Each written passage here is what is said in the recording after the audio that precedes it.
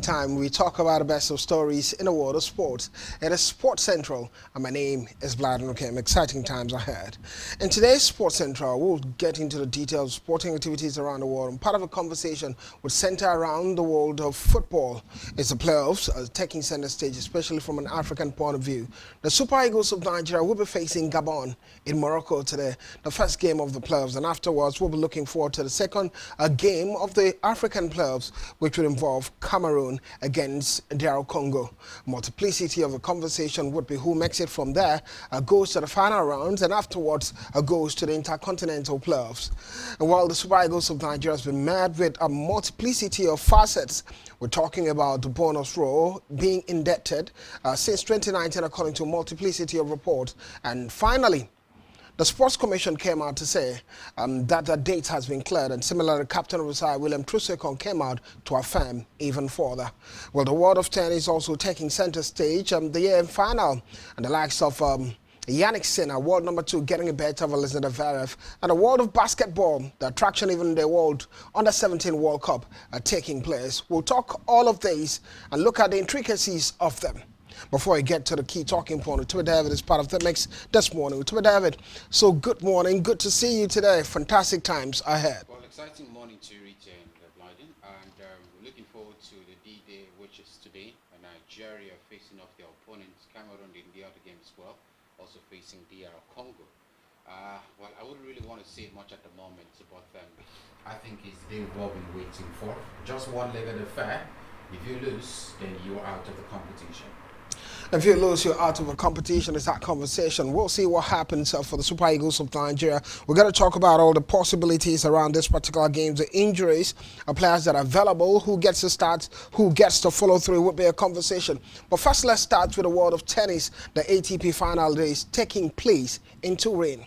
Well, a quick conversation around the world of tennis is that Yannick Sinner, world number 2, had to frustrate Alexander Zverev, the German international, to reach the ATP final last 4. A battle between the top 3 in the world in that conversation. Well, Tuba David, when he saw this particular game, we thought it was going to be a highlight of it, quite a difficult one, but it's not exactly so. Yannick Sinner coming superior against the world number 3, Alexander Zverev. Well, I think it was quite expected owing to the very fact that Yannick Sinner, first of all, knows the consequences of losing to Alexander Zverev in this one, because the battle for who finishes the world number 1 still even continues as we speak at the ATP final. So I was actually looking at Alexander Zverev posing a very big threat to Yannick Sinner. But if you look at the all through the entire duration of 3 sets, it looked like 2 sets, not 3. 2 sets, yeah, rather. stretch sets. It 6, 4, like, 6, 3. Absolutely, it looked like utter dominance by Yannick Sinner, who actually came very prepared, and owing to the very fact that he also wanted to make history. As a matter of fact, he's the first player to qualify to the knockout phase of this ATP final. So that shows you the intention of the Italian, and that shows you the very fact that he really means business at the ATP finals, facing whichever opponent he's meant to face at the moment. And I think for Alexander Zverev, well, I wouldn't actually say the man, of course, didn't do his best. I think it was just a bad day for him yesterday against Yannick Sinner. But he seems to be having multiplicity of bad days. Talking about Alexander Zverev, because when you're world number 3, much is expected from you. But in recent times, not really added for him. Maybe a few tall level competition, he gets to go all the way. But when it matters most, he never turns up to the party, especially as you said against top opponents. Yeah, I think we're actually used to Alexander Zverev. Yeah, in recent times, that's been quite a case of that stamina, not a really stamina authority.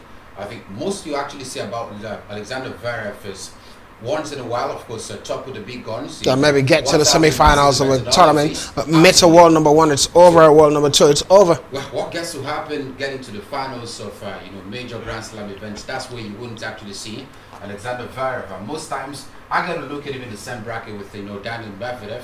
Yeah, I would also say maybe Daniel has actually Medvedev. Yeah, what's up now? But I think in recent times that's actually been the case. So Yannick Sinner knows the consequences at the moment. So getting this particular win and making it to the knockout stage is a very, very huge, plus for the man.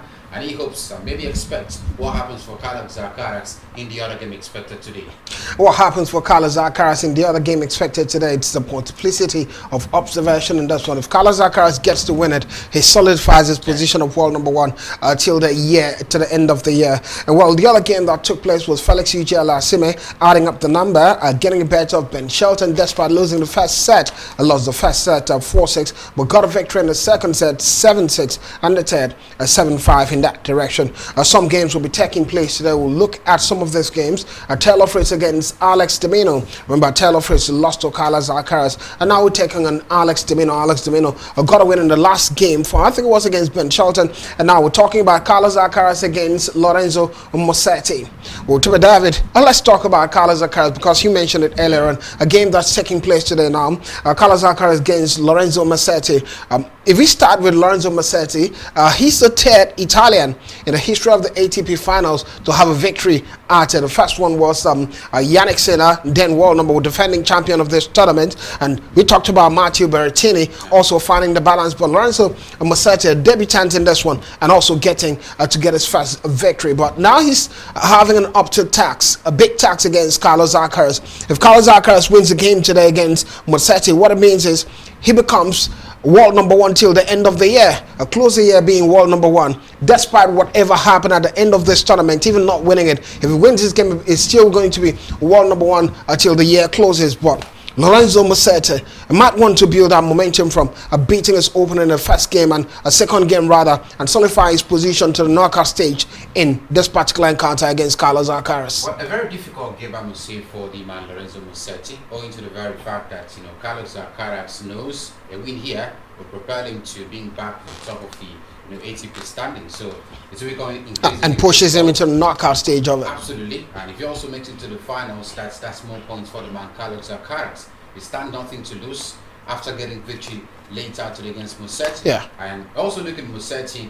Yeah, I also know the very fact that there would also be some level of nerves, for the man, going to the very fact that this is his debut, campaign at the ATP finals. But take nothing away of Carlos Alcaraz. He's coming really prepared, and I can actually tell you Carlos Alcaraz is in for this particular one. He takes it against Lorenzo Musetti. So no surprises. I do not think it will happen against Musetti in this particular game.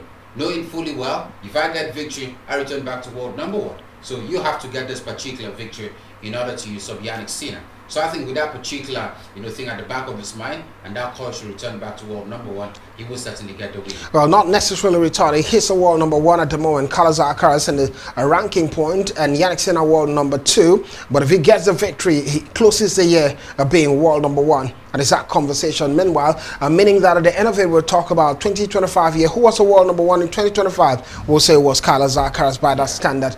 So that's why it's so important. Let's move away from the world of tennis and talk about the world of boxing, because boxing becomes emphatic to follow through.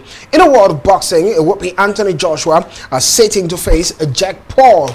The YouTuber Jack Paul has had different kinds of fights. The last one was fighting Iron Mike Tyson, despite Mike Tyson passing his prime. And most often than not, Jack Paul gets to fight, exhibition fight. But taking on Anthony Joshua, remember the last fight for Anthony Joshua was against, what's his name now, which he defeated Daniel Dubois. Yeah, Daniel Dubois got the better of Anthony Joshua, I think in the second round it was, and had so much injuries. He stayed out of boxing for a while now, and he's returning. According to reports we're hearing, Anthony Joshua wanted to have a fight this December, at least this year, but he doesn't have opponents at the moment. Quite surprising. Before now, everyone would jump to fighting Anthony Joshua. They didn't have opponents at the moment, and we hear Jack Paul is available for the bout.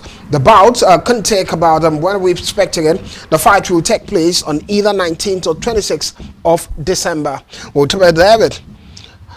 I want to use the word "has the mighty fallen," but let's keep it at that. Not necessarily, but Anthony Joshua fighting Jack Paul. I remember, I think we had a conversation, we talked about it, and many people, all right, the conversation was about him coming to Nigeria to fight, but it's not going to happen in Nigeria. It would take place in Miami, according to reports we're having, in December, but it's always going to be a money-spinning event.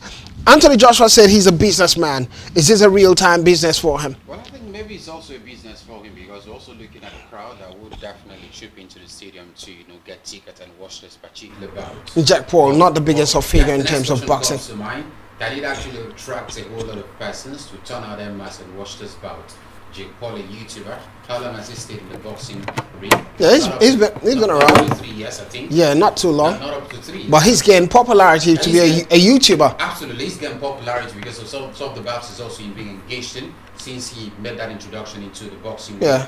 And then I'm also looking at the very fact that there was actually a whole lot of speculations whether or not Anthony Joshua will come back and maybe face Tyson Fury in a potential bout that we've been expecting for quite a long time. Or probably Deontay Wilder. So I do not know how, of course, we're actually finding ourselves here that we're talking about Anthony Joshua, which if he was actually in top form, wouldn't even be talking about the man Jake Paul being the same category, or even facing the man Anthony Joshua. But then one would also look at the very fact that it is the end of the year.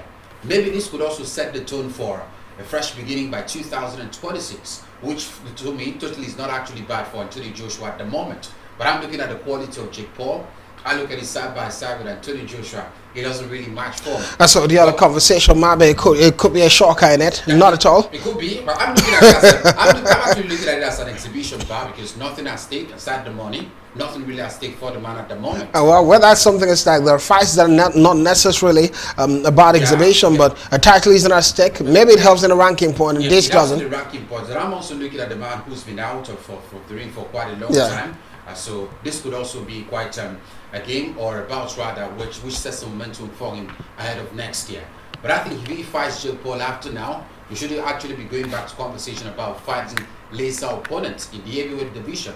Go for the best. I mean, we've got names scattered across. Jack Paul seemed like the list of the list so far. Let's bring a twist to the conversation because at some point, just a few weeks back, maybe a week ago or 2 weeks ago, we heard speculation that Jack Paul was touting to fight against Francis Ngannou. And when Ngannou heard of it, Ngannou said it's a disrespect to him to fight Jack Paul. And suddenly we're hearing that Jack Paul will be fighting against Anthony Joshua. Well, we got to see what happens at the end of it for Anthony Joshua and Jack Paul is that conversation. And now we'll go on a quick break, and when we're back, the conversation continues. And next we'll be talking about the world of basketball, NBA in particular, and see what the big guns have achieved in the world of NBA so early, and who is faltering their lines and who's falling behind. It will be a conversation after this break. Don't go anywhere.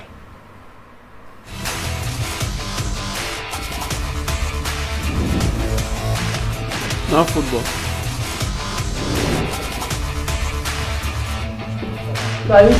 Yes. Your man was not something we were using go by. Is he on this? Is he on? Can you hear me? Talk again. Can you hear me? Yes. So what happened? Is it where I put it? I put it at the back. Put it again, let's check. Wait though. Can you hear me? Yes. You can hear me clear? Yes. Turn off the boom mic then. Alright, on you. Now. Welcome back at Sports Central. My name is Vladimir Kimutuba David Silvney for company. Going nowhere, and we're looking forward to football stories. Not football now. We're back at it and we're talking about basketball, the NBA in particular. And we'll look at a critical conversation in the world of basketball and what attraction is in this one. First conversation around the world of basketball is the fact that the likes of Steph Curry had to outshine Wembayama's Warriors H Sports 125-120. Well, the Warriors have not been performing so good, especially away from home. On the road, they lost 5 consecutive matches, but a good bounce back for Steph Curry in this one, getting the victory against Wembayama's Spurs 125-120. Similarly, the Hornets have to slap a losing streak with 111-100 win over the Milwaukee Bucks. The Bucks still struggling. The Boston Celtics roll past Jamoran Lay's Grizzlies 139-95. Well, David, let's start the conversation looking at Steph Curry and Wembayama, 2 superstars featuring in this one, and Steph Curry's Golden State Warriors getting better of the sports in it. I think it's a good win, first of all, for the Steph Curry side. Talk about the Golden State Warriors. They haven't really been that good this particular season. On the road.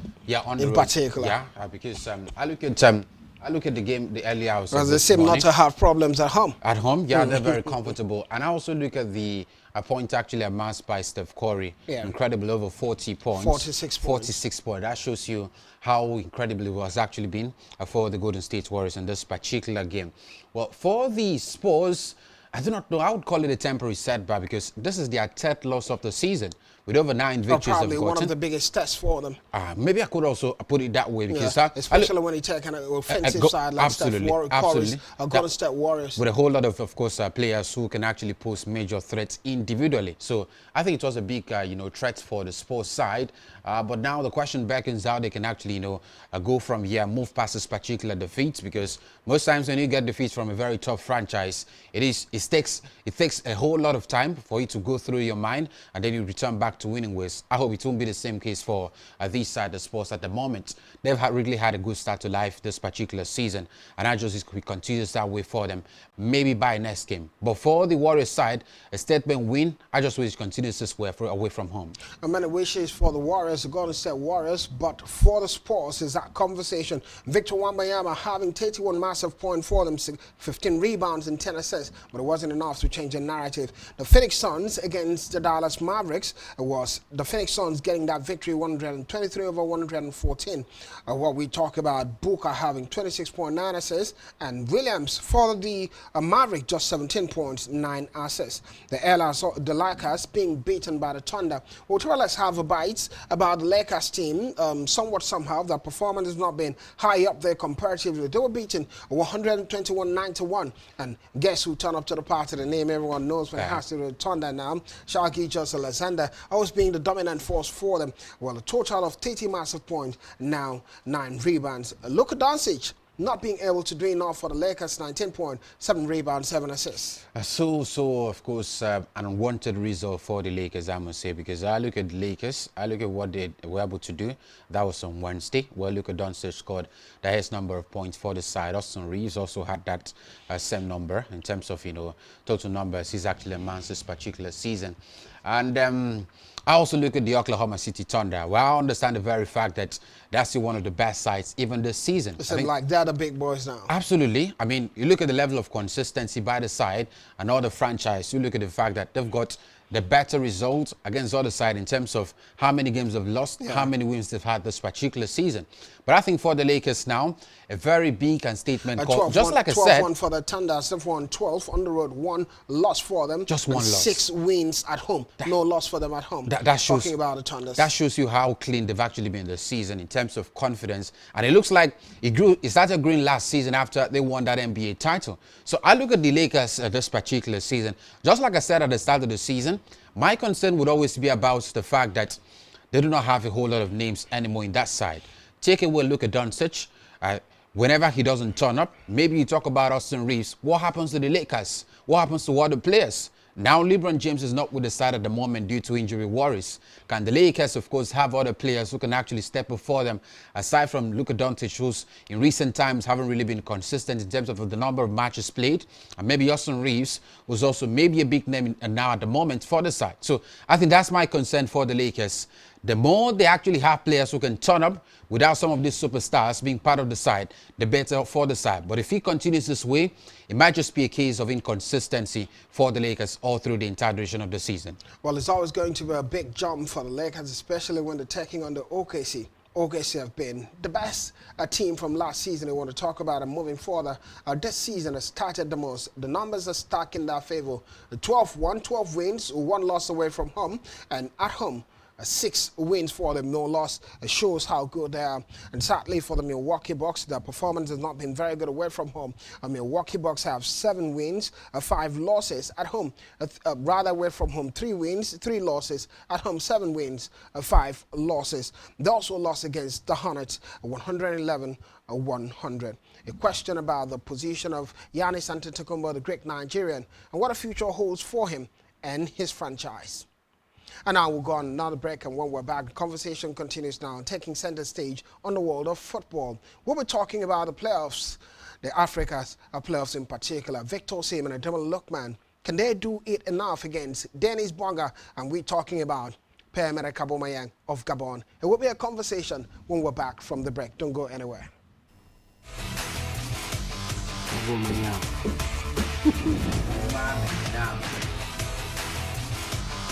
Sorry, Glaya, really thinking.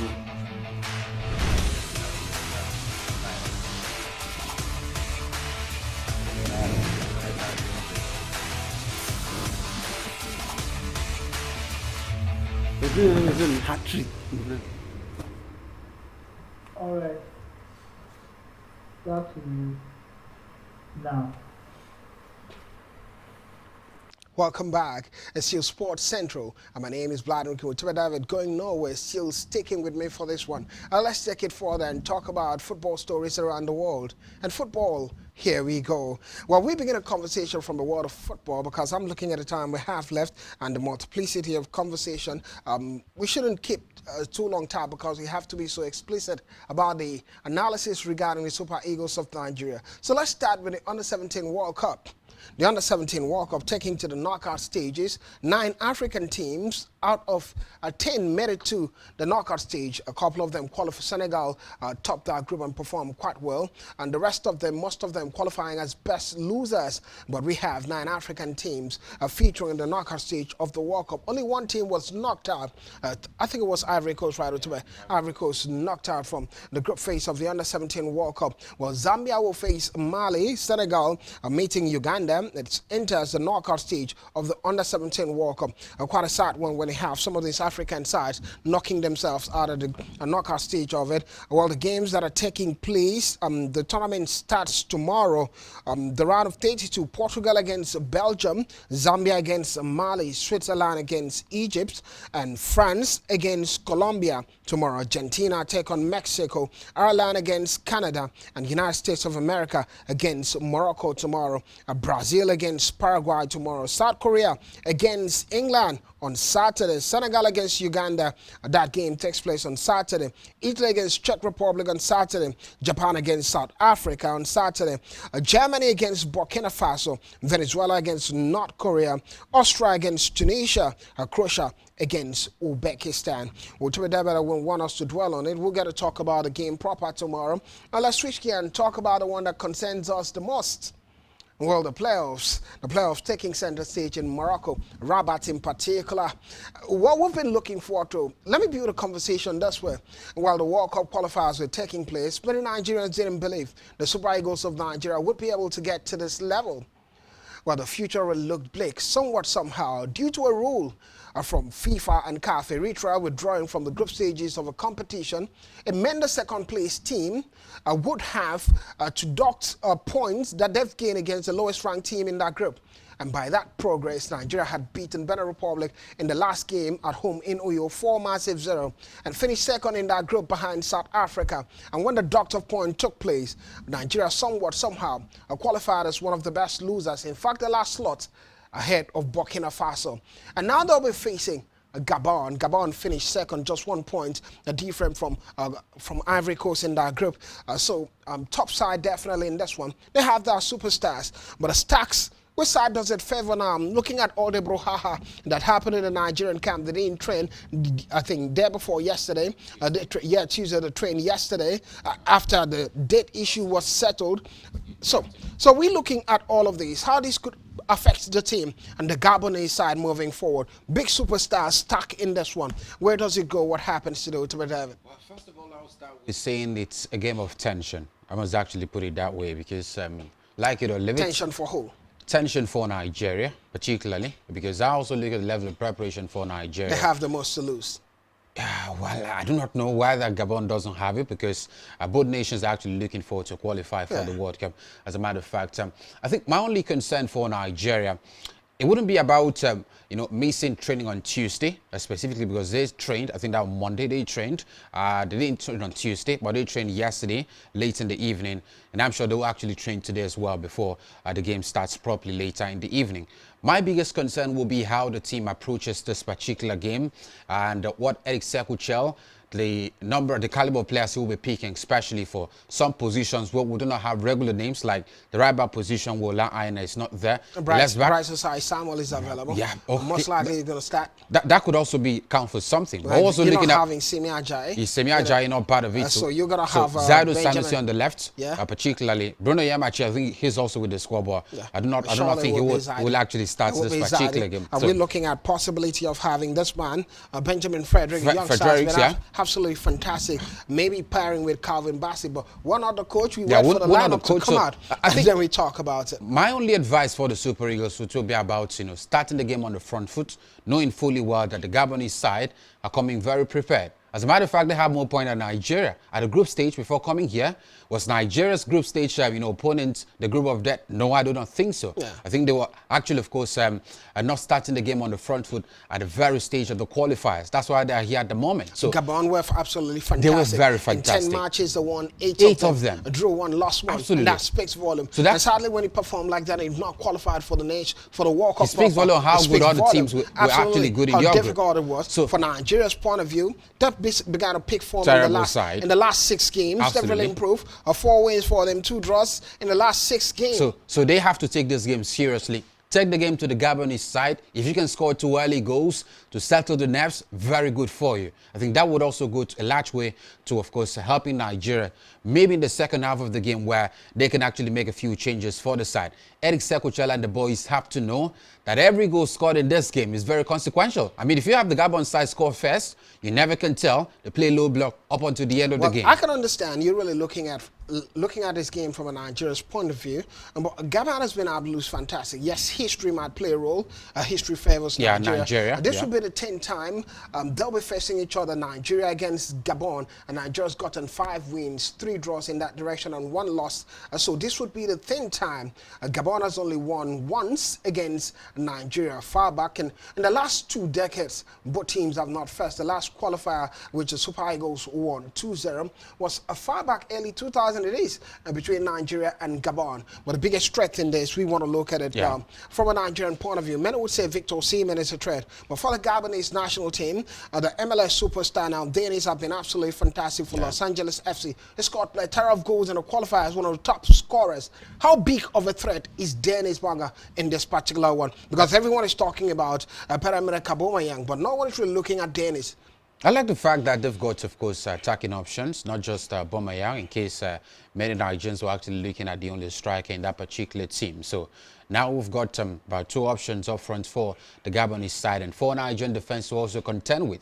I think another question would be how clinical would be at the back to, of course, settle whatever threat that will be posed by the Gabonese side. And that gets to another conversation.